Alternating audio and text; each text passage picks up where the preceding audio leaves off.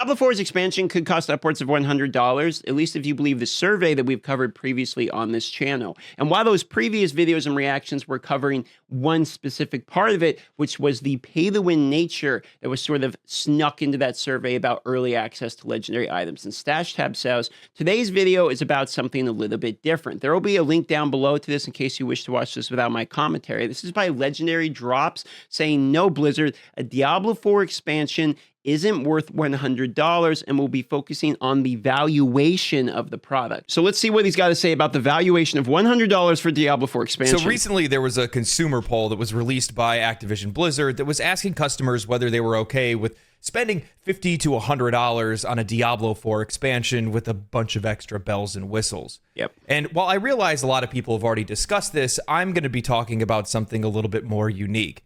Now, I'm not going to be talking about how disgusted I am with their idea of doing it in the first place. No, I'm asking what makes them think Diablo 4 is even worth it in the first place. It's not, to be fair. A $100 expansion, in my opinion, is way too much for an unfinished product, just right out of the gate. Diablo 4, Blizzard's latest entry into the legendary Diablo series, arrived amidst a whirlwind of anticipation. Promising to usher in a new era for the franchise, the game aimed to recapture the dark essence of its predecessors while introducing innovations to the ARPG genre. Upon its release, Diablo 4 immediately captured attention, with its visually striking world and the promise of a deep and immersive experience. The game boasted enhanced graphics, a sprawling open world, and a narrative that seemed to harken back to the roots of the Diablo saga. However, one of the things I noticed about it is the marketing campaigns were very well done for Diablo 4, and every bit of game that we saw, including the betas, seemed fairly polished. The betas were so early by nature, where you could only go to like level 20, level 25, that we didn't get enough time in the game to run into really any of the issues during those betas. And the early access for the reviews beforehand was a short enough period that a lot of people weren't able to get all the way to the end game unless you're absolutely blasting as well. So for those reasons, by the time the game had actually launched, no one had really seen where the issues would arise yet. Honeymoon phase was short-lived. Despite the impressive facade, Diablo 4 struggled to retain its player base. Players began voicing concerns over various aspects of the game, including its lack of depth in gameplay, endgame content variety, no meaningful crafting, lack of storage, poor build variety, and overall replayability began all to surface at once. Yep, and what you could tell was it wasn't actually so much at once. In my opinion, it was more at stages. So you had the people that were absolutely blasting through the game, that within like the first couple weeks had some of the complaints. And you had people like me who were like fairly casual. We were going at our own pace, enjoying our own type of build style. And by the time that we had gotten to these issues, we had already played significantly longer than some of the people that were absolutely blasting through the content. And that's because the game was more targeted at those types of individuals, but also because the end game wasn't fleshed out. So it took a large period of time to start running into these issues for most people, which is why it's in stages, because the first stage of people, like the hardcore players of Diablo, were realizing like, okay, this game isn't necessarily for the itemization completely complete. And then everyone else was like, no, the game's great. Like, I don't understand where the issues are. And then later on, people were starting to run into the issues that were the casual players. And that's really, in my opinion, when you started to see the drop off in player base as those average users hit the periods of time that were required and depth of progress that was required to actually start running into the issue. So it was kind of a twofold stage of dropping off of the player base. The hardcore players dropping off, I don't mean hardcore like death hardcore, like the grinders is what I should say, were dropped off, and then all the casual people dropped off like all at once. And that's when we really started to see the decline. The players spoke louder than words. A steep decline in active player bases were observed shortly after the game's launch. The exodus was not merely a fluctuation in numbers, but a clear indication that Diablo 4 was not living up to the community's expectations. Longtime fans and newcomers alike expressed their disappointment. Comparisons were inevitably drawn to earlier entries and other titles within the genre, with many feeling that Diablo 4 lacked the captivating magic and complexity that had once defined the genre. As we delve deeper into the controversies surrounding the upcoming expansion and its pricing, it's crucial to understand this backdrop. Diablo 4, a game launched with promise and potential, now stands at a crossroads. Its future hinged on how well it can reconcile with the past and realign with its community's expectations. The launch I think the reconciling with the past has a lot to do with itemization. And we've talked about this many times on the channel, so I'm not going to go down to it a lot. But playing the other ARPGs and, playing D2, etc., the itemization was better in previous games, and loot is what makes these ARPGs feel good. Getting a new item, crafting a new item, what have you, is what makes the games feel good. And I think itemization was the biggest killing point for this when it comes to reconciling with this past, which is this point here, is that you actually feel like it was a downgrade in terms of loot, even compared to Diablo 3. I didn't even like set items in Diablo 3, but I literally think that the acquisition of items in Diablo 3 feel better than the acquisition of items in Diablo 4. And a lot of that has to do with the affix system. So I know it's going to be till Season 4 till we see changes. So I don't think Season 3, for this point in particular he's talking about, I don't think Season 3 is going to do a lot of changes for making people feel like, oh, it's more like a previous Diablo game, more like, like the past. I don't think Season 3 is going to do that. I think it would be Season 4 when the itemization changes that they have teased would actually come out. I've seen some of the itemization changes. We're all NDA'd on, so we can't talk about it. It looks pretty good, but we'll have to see whether or not it's enough. And the issues that follow have me sitting here scratching my head as to why Blizzard would believe that Diablo 4, an expansion for the game, would be worth the same price as the box price for the game. I mean, $50 to $100, we know most people are going to be sitting in the range of anywhere from $70 to $100 because they have to have that early access if they were to buy it. But why would the players want to invest in a game that didn't meet their expectations the first time around? This is a fantastic point. This is exactly the point I made when I heard an expansion talk at all. I said no one is going to want to spend money to fix a game. If the expansion comes out with all of the things necessary to make it a good game, that should have been in the core game. And the expansion, in my opinion, cannot sell for a very high price or should be free.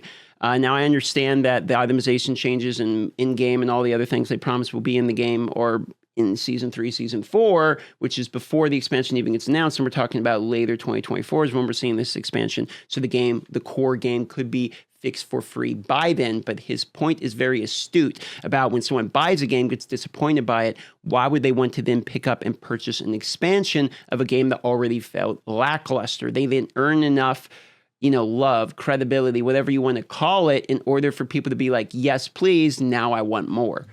And it's not like the game has really recovered since then. Even more so, think about the value proposition. Why would you want to charge $50 to $100 for a game where you have competition that's out there right now that's providing a more engaging and more fulfilling experience for far cheaper or even free? In the competitive landscape of action RPGs, Diablo 4 is not an isolated phenomenon. It exists alongside notable titles like Path of Exile, Grim Dawn, and Last Epoch, each one of them bringing a unique flavor to the genre. So let's take a closer look at how Diablo 4 stacks up against some of these competitors. Spoiler alert, not too great at the moment. First, there's Path of Exile, a game renowned for its deep character customization, intricate item systems, and free-to-play model that respects players' choice. It has set a high bar for what players expect in terms of content richness and engagement without heavy monetization, with arguably one of the better free-to-play models that are out there. Which is true, and obviously I like Path of Exile. However, the point that Diablo 4 has over this, to be fair in this conversation, Diablo 4 is much easier just to pick up and go. If you're somebody who is not, hey, I got 8 hours a day to blast games, I want to try to get as much min-maxing as I possibly can, Diablo 4 is actually the better game for you, even in its still iteration. You can pick up a controller with a friend on a console, not know anything about the genre, and have a good time with Diablo 4 from the start. Now, 2 months down the road, those same games, Path of Exile is going to hold your attention longer and Diablo 4 is going to have fallen off. But during the first little bit, Diablo 4 will hold your attention span better than Path of Exile for somebody that does not play these style of games, which is also where Diablo 4 was marketed to. So while I love Diablo 4, this is very obvious. I love this game. I talk about how good of it is all the time. Path of Exile does not do the super casual beginning entry as good as Diablo 4, just to be fair. With now over 10 years of continued support for Path of Exile, it's stacked with endgame content systems and a variety of builds, items, and more. Then we have Last Epoch, a newer entrant, yet making significant waves with its engaging time travel storyline, arguably the best crafting system in ARPGs, satisfying combat mechanics, and a transparent development process. It's a testament to how indie studios can compete in a space that's dominated by bigger players. So Last Epoch, I did play through the campaign. I did it with Rax. I thought it was pretty fun. I enjoyed my time in it.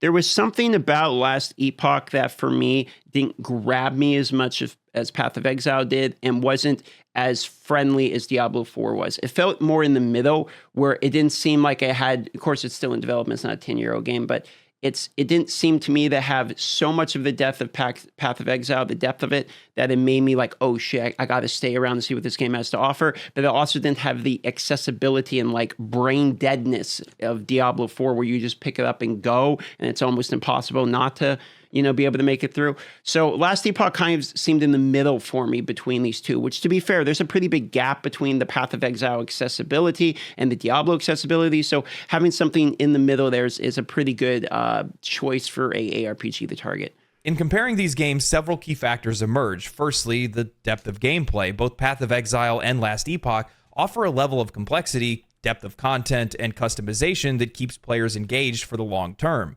whereas Diablo 4 does not. Secondly is the value proposition.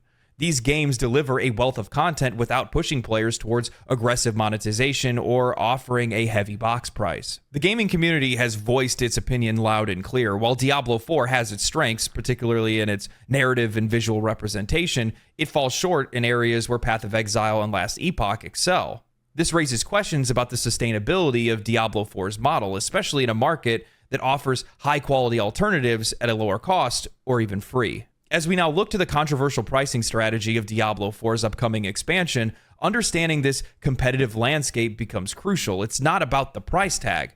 It's about the value that the players perceive they are actually getting for their investment. This is a very important point because this is Diablo. It is the original innovator in the ARPG landscape, and it's like a brand name. It has a value associated with it. So when you go out there and you sell a $60 or $70 AAA game, they are expecting a $60 or $70 wow in the ARPG genre, but you charge that price tag up front means you're proud of your product, and then when the product is lackluster, it's way worse than if someone sold a $20 early access game on Steam. You're like, oh, that's a decent game for $20. You don't really care. It doesn't have the Diablo brand. But as a Diablo brand with a AAA price, you expect a AAA product. So even though other games, maybe if they delivered on the same thing that Diablo 4 had, would be like, okay, that's a mid game, not bad. Maybe it wouldn't be this huge disaster.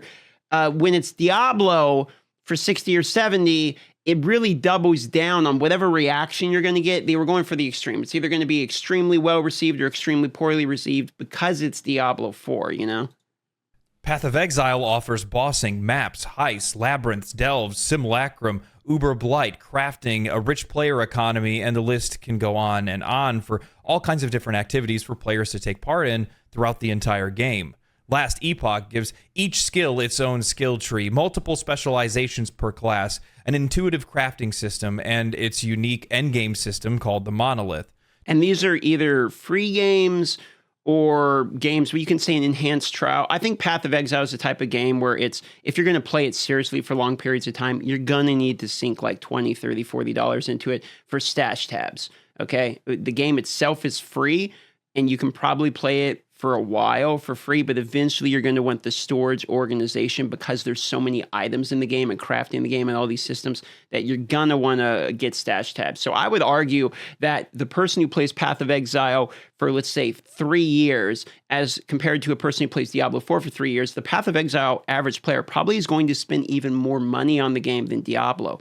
However, the difference is the money in Path of Exile is spent out of love for the game, while the money in Diablo is spent out of wanting to see what the next Diablo game is. So you put that money out there expecting either it's going to go really good or really like you're buying it to see what the game is, whereas Path of Exile, if you like the game, then you're spending the money on the game. So people don't begrudge the money spent in Path of Exile because you can choose whether or not to do it. But Diablo, I mean, it's like paying a ride ticket. You've got to buy the game just to play it. To my knowledge, Diablo 4 offers a barren open world, chaos dungeons, and a couple of bosses that you can use for target farming. Yeah, but to be fair, there is more than that. In some of these videos, I feel like Diablo 4 gets a couple unfair shots. There is more than that. There is some uber bosses. The Lilith challenge isn't that bad. I do think it's fair to mention when we talk what Diablo 4 has to offer, which is extremely easy to understand and good campaign with good art and good cutscenes and great acting. I think playing through the campaign of Diablo 4 was a better campaign than Path of Exile and Last Epoch combined, in my own personal opinion. You can disagree with this. However, I love Path of Exile. I loved Last Epoch. I loved Diablo 4 when I was playing it, and now I'm more bored of Diablo 4, waiting for Season 3 here. And in my opinion, I still do firmly believe the Diablo 4 campaign is a very good experience. And then it is up to you, the player, whether or not you want to spend that $60, $70. So I'm hoping, for the campaign experience. So I'm hoping when the expansion comes out, we get another equal, as further developed cutscenes, acting, all of that campaign level delivered with the expansion, because that is part of what I now expect with Diablo, is a good campaign. Path of Exile and Last Epoch are objectively better games in my opinion. They offer far more content, more player agency, more endgame systems, more items, more everything that you would want out of an ARPG, whereas Diablo 4 does not. And both of these games are offering that for anywhere from $40 to absolutely nothing. True. So it doesn't make a lot of sense to me as to why players would be interested in a Diablo 4 expansion if it was heavily priced. And they're not. It's the thing is they're not. They're only going to buy it to test it to see, is the game good now? When there's not a huge amount of players being retained in the game, there's not people interested in the game. When there's not people interested in the game, there's not people purchasing the next iteration of the game instead to see if they're interested again. And the market pool of the people that, let me see if I'm interested in the game again, that still would be willing to spend, $40, $50, $60, $100 on the game is smaller than the market pool of people that are heavily invested in the game. They're buying the next expansion because they want the content, which is effectively a different concept. And this is where I think Blizzard is starting to stumble. And while I realize it's their MO to try to take every bit they can and squeeze as much as they possibly can, my question is, what makes them think their game is worth that price in the first place when they're already still on cleanup from the launch? They still haven't fixed many of the issues that are still in the game. There still isn't any increased stash base or anything like that. In fact, the first hint that we have of increased stash base is coming from this expansion, saying that it'll be included in some of these pre-ordered bundles. The stash space issue for me is a non-factor because I do not believe they will sell stash tabs ever. Maybe I am wrong, and if I am wrong, that would be a bummer. I have said many times in the video, selling stash tabs is one of the stupidest things they could do, considering that they've already gone out and stated the stash tab storage issue is because of bad coding. Imagine them basically admitting that, hey, our coding is poor, like it's loading everything from everybody all the time, so it's a technical issue that we're having. And then they're saying, hey, by the way, you can have more storage, you just have to pay us. This would be the stupidest move they could possibly make. Myself and every other person on the planet would roast them for this decision. So while it may show up in a survey, and yes, we're free to talk about what's in the survey, I do not believe in reality they will implement selling storage. If they do, this would be an colossally stupid mistake to make. The other thing to keep in mind too is while the price of these other games is far cheaper, once you are in for the box price for Diablo 4 and then the expansion, you're going to be in the hole for $150 to $200. And money has been meaning a lot more to people over the last couple of years as, well, inflation's kind of done its whole thing. And that's what has me scratching my head. Blizzard should be on the apology tour still. They're not out of the hole yet. So this very much feels like a situation where it's the tail wagging the dog. They're going for the money, but they're not actually offering any value in return. And we're not talking about a game that has popularity now. Its popularity's already dead, and that's something we're going to talk about here in a minute. Yeah, fair enough. Basically, myself, as well as many other creators, you could probably see this, YouTube, Twitch, whatever, have gone from Diablo 4 to Path of Exile. The meme is that Diablo 4 was the best marketing campaign for Path of Exile of all time because it got people like myself included into the ARPG genre, really soaked us in, because Diablo 4 is actually the perfect entry gateway drug to ARPGs. I actually think that's what they do well, which is both their best benefit as well as their worst factor, because it sucks you into the genre, super easy to understand. Be like, I like just killing mass amount of things. That's fun. I like having items and building a character. That's fun.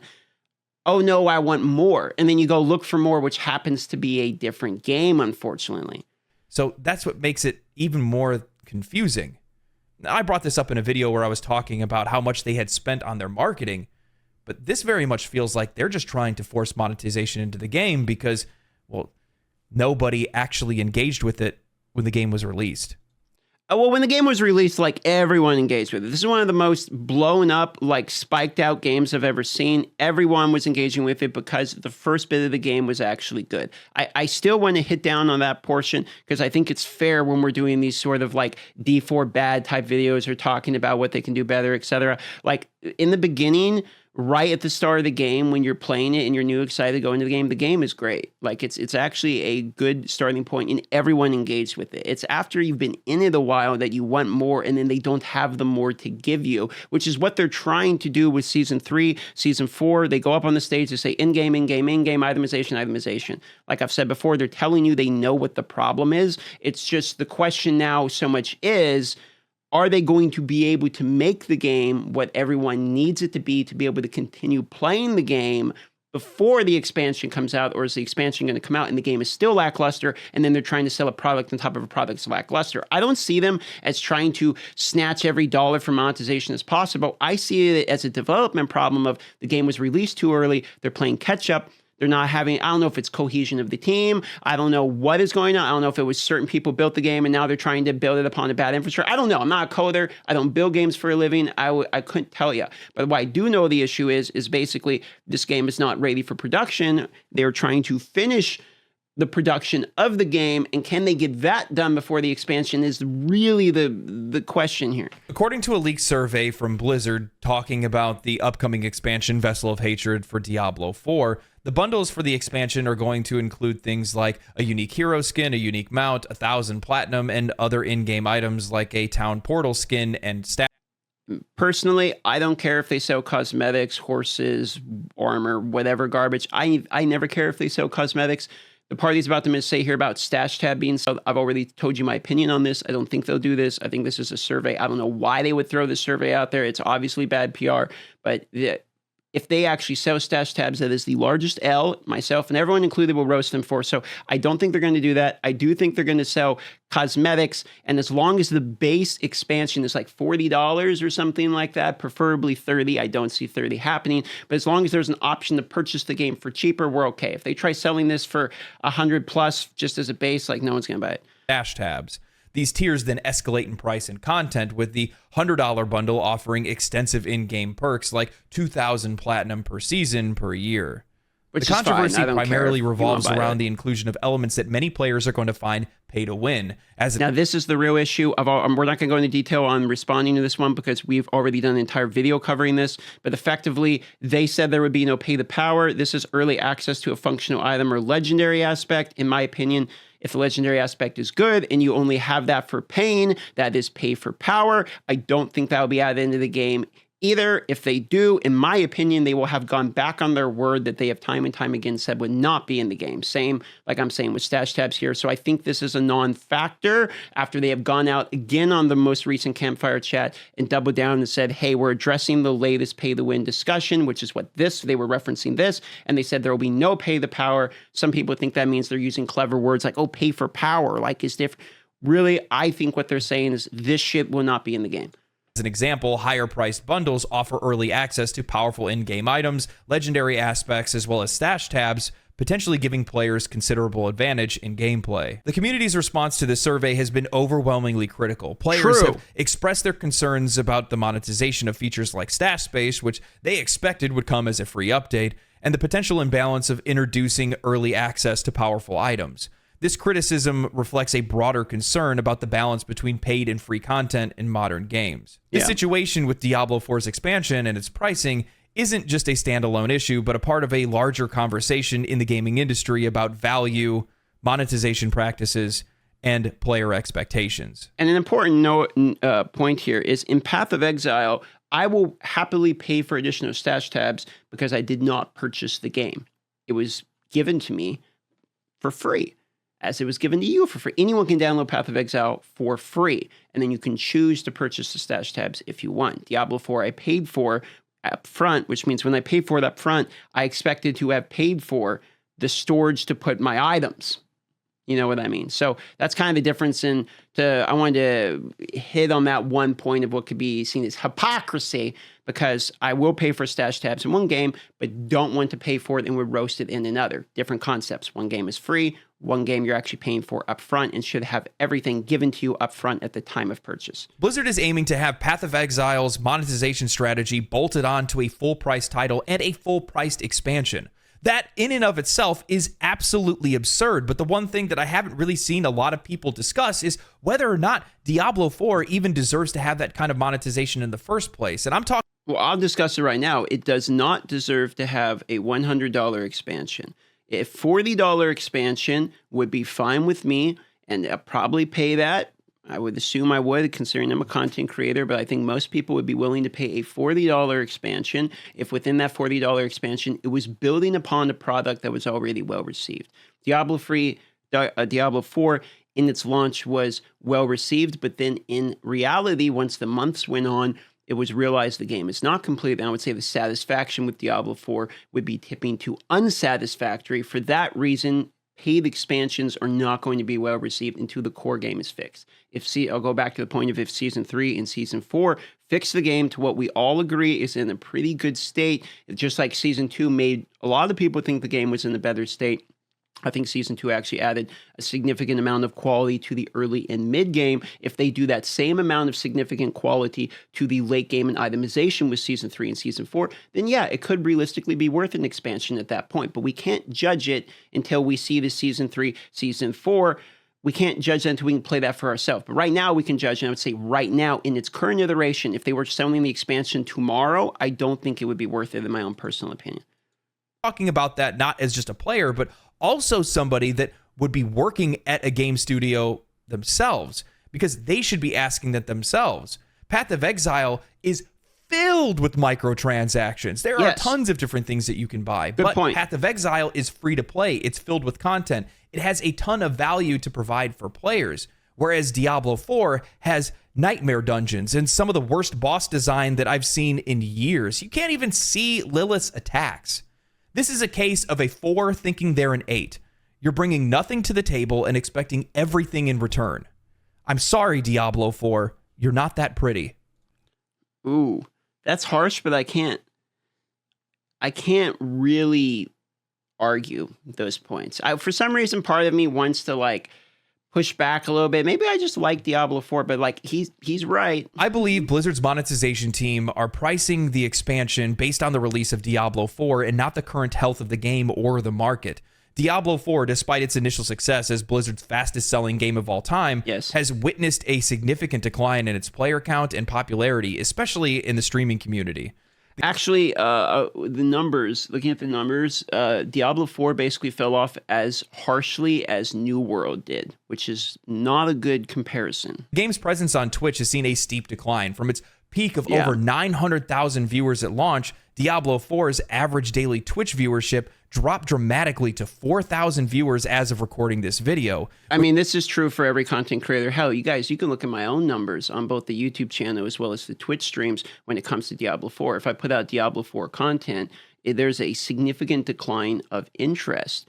I appreciate all of you that still watch, and I'm glad people still watch the live streams. Thank God, because the live streams for me are my favorite part of what I do at the moment. But yeah, there's absolutely no doubt that Diablo 4 has had a massive decrease in popularity in terms of what he's talking about now, which is content creation and absorption of content creation. Something I noticed with Path of Exile is the community is very thick, meaning it's a large community, but they're very close-knit. And they're also the type of community that people are watching the game while they're playing the game. This seems to be something I'm noticing in ARPGs as well. A lot of people just have it open on a second monitor, leave it running as sort of almost like a podcast in the background while they're grinding the game too, because the ARPGs are very grindy by nature.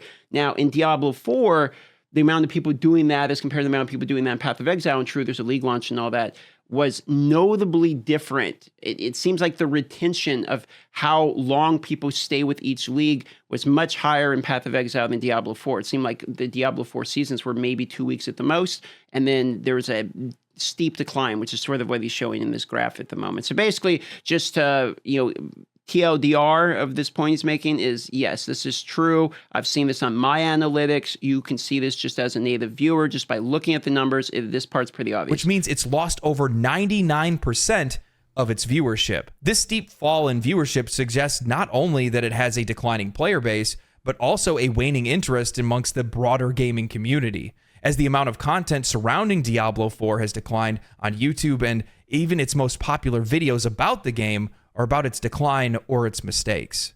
Now, while many may believe that Twitch isn't the most accurate way to gauge active players, there are some games that definitely don't fit that mold, like Final Fantasy XIV, but ARPGs do fit that mold. When they are popular and are being played, there is content that's being created around them, and Diablo 4's popularity is obviously waning when many of the creators in the space are turning to other games instead. Yeah. The sentiment that I have and many other players is that of apathy. Sure, it would be cool if Diablo 4 was a good game, but I don't really care if it improves or not. That right there that he mentioned about apathy is the biggest killer of games. When you get to the point where you hear something came out for a game, but you don't have a reaction, you're just like, oh, and you just move on. Like for me, Destiny 2, I used to play Destiny a whole bunch, but if I hear Destiny has another expansion, I'm just like, oh, cool. And then I never think about it again. That is where Diablo 4 is headed if they don't turn it around, basically. And apathy is death for games. There are easily. a ton of other options, better options that already respect my time and my money. Why would I give that to Blizzard? The community's response has been vocal, with many players expressing their dissatisfaction to how Blizzard has managed Diablo 4's live service and responding negatively to Season 1's content and the balance changes. Despite the universal praise of the game's campaign, the endgame content and the subsequent updates have not really been well received, leading to a growing sentiment of discontent among players. True. While Blizzard has attempted to address some of these issues in Season 2, the game's unstable player count and the community's ongoing concerns paint a challenging picture for Diablo 4. The game's future now hinges on what... I liked what the announcements that we saw, but this right here, the fact they're on the BlizzCon stage, and one of the talking points they're showing is we have a targeting dummy now. Like if you kind of think about that, like you can make another character. They show additional character slots and then targeting dummy. Like these are talking points at the BlizzCon that hasn't been there in years. These are what they're choosing to show. So yeah, that part, just looking back, was like, oh man, that's probably not that great. Whether or not Blizzard has the ability to re-engage its player base and introduce content that meets the community's expectations. And that's the thing that really confuses me about all this, is that their monetization people, their marketing people, their community managers should know what state the game is in, and that charging these kind of prices, or even thinking about charging these kind of prices, doesn't make a lot of sense, especially...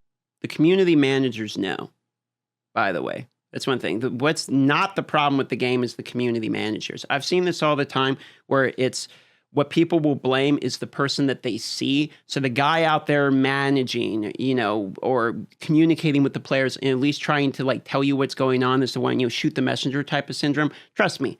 All the dudes over there developing the game and the dudes there managing the community, they all know what the problem is, and they're probably on your side, to be honest. The people that are making the problems of monetization, if we're talking about the monetization point, the guy who codes in the horse armor, or the artist that paints the horse armor, are not the people setting the price of it. And they sure as fuck don't want it to be some atrocious price so that no one buys their armor and sees it in the game, or their cool armor that they spent 3 weeks designing, their art. They don't want that to be a weapon then used to beat them over the head with, of your stupid horse armor costs $60. The artists don't want that. I don't know why at this point seems so hard to understand, or why I see this so often, but there'll be live streams where the campfire chats or something will go for the devs, and then I'll just see chats just flaming them. And it's like, guys, these are not the people that you have the problems with. The dudes there, take it to the producer side. The executives. Those are the people you want to blame here, not the dudes in the trenches trying to build a game. Every dev I've ever met in Blizzard, and I've been there multiple times, every time I've ever met anyone, whether it be the Diablo people themselves creating the game, or for different Diablo game, or even different devs entirely, stuff like Warcraft Rumble, all of them just wanted to make a good game. All of the problems seem to always arise from the people making the decisions. Especially in the eyes of the customer or the consumer, or whatever you want to call us, because we just don't see the value in that. This is a situation where, like I said before, the tail is wagging the dog. They're looking at the money, but they're not thinking what they need to do to earn that money in the first place. If they're not stacking the game with content enough to be able to entice players to come back to playing the game, then it's just not going to work. And if you're going to try to hold that behind an expansion, well, that's even worse, especially when you have Path of Exile 2 and Last Epoch releasing next year. I think February for Last Epoch, and then Path of Exile is supposed to be later in the year, if I'm not mistaken. Yeah, so he's getting this correct. It's like end of February, beginning of March is Last Epoch, and then June is the beta for Path of Exile 2. I don't know how you guys feel about this. I know there's people that don't like Path of Exile, but Path of Exile 2 is a slower by nature, looks to be more accessible version of Path of Exile, okay? I think Path of Exile 2 is going to sweep. I think it will full clear. Hopefully they don't pull a Diablo 4, to Diablo 2 type of situation. I think it's really going to be like if Diablo 2's Diablo 3 or Diablo 4 was just a god version of D2. I think PoE 2, and I'm just going to put myself, I'll put my throat out there to be slit in case I get wrong with this one. But I think PoE 2 is going to full clear, like the ARPG genre. I think it's going to be amazing. I think PoE 1 is amazing, and I think the lessons learned by the same team should be good. It looks amazing, the way that they're actually doing the skills, how they interact with each other, WASD movement. Why the fuck we don't have that in Diablo 4, I don't know. It looks to me like PoE 2, Hopium, Copium, whatever you want to call it, that game is going to be a contender, and if you're releasing a game or an expansion or anything around there, good luck, is my opinion. And then we're just going to have a repeat scenario where, just like Diablo 3 was defeated by Path of Exile, well, Path of Exile 2 is now going to defeat Diablo 4, and Diablo 4 will likely end up like Diablo 3 on maintenance mode. I think Diablo 4 defeated itself. I don't even think Path of Exile being good or anything is why D4 is dead. I think D4 hyped itself up and then gave itself an inferior product, and it deflated its own balloon. There was the nerf before Season 1. Season 1 was basically nothing but Malignant Hearts. Diablo 4 made everyone excited and then cockblocked itself, basically, is what ended up happening with Diablo 4. So I actually don't believe this whole, TV killed the radio star thing with it. It's like, no, Diablo 4 hyped itself up, got everyone really into the genre, did this $55 billion marketing campaign to bring everyone in, got Megan Fox in there and BTS or whatever, and then delivered an inferior game. And everyone was like, well, you got me hyped for ARPGs. I'm going to go find an ARPG. Oh, Path of Exile exists. Path of Exile didn't specifically go to slit the throat of the Diablo 4 here.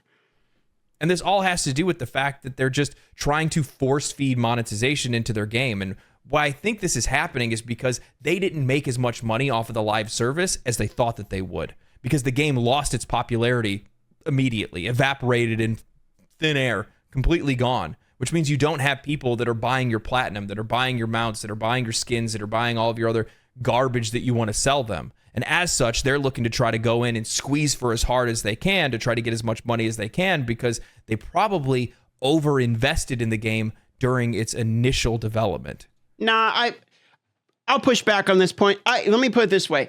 If Diablo 4 had made even more money and was even a larger success, it was their best-selling game of all time. Let's get that out of the way, okay? So if it had made even more money, do you think then they wouldn't have made an expansion? They were going to make an expansion regardless, okay? The game made money. Make no mistake, just because we, the people, say Diablo 4 should have been more, doesn't mean the fat cats on the top aren't counting the bags and saying this was a success. It was a wild success. Okay, this game has made, close to $1 billion, if not more by now. They made their money on this game.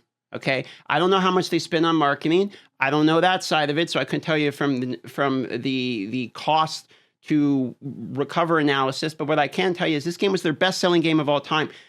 They're going to consider it a success. They're not trying to oh no, we didn't make the money, let's try to pinch more pennies. I don't think it's that. It's just we got a bunch of money, let's go get a bunch more money, let's sell an expansion. And that expansion was planned probably before the game was even released. I doubt this is a situation in which they're panicking. We need to squeeze more money out of the player base. If they were trying to squeeze more money, they would have done pay for power and all this stuff, which might actually be what the survey was about, which would actually be more towards his point, trying to see if they can squeeze it in. True enough. But I think the expansion was planned either way. And if the game was even a larger success, let's say it made $1 billion the first week, of course, then they're going to sell an expansion because they are built upon the model of having to sell individual games and expansions, just like the previous iteration of Diablo 3 sold an expansion too. This is just very much in their nature. I don't think it has to do with how popular it is.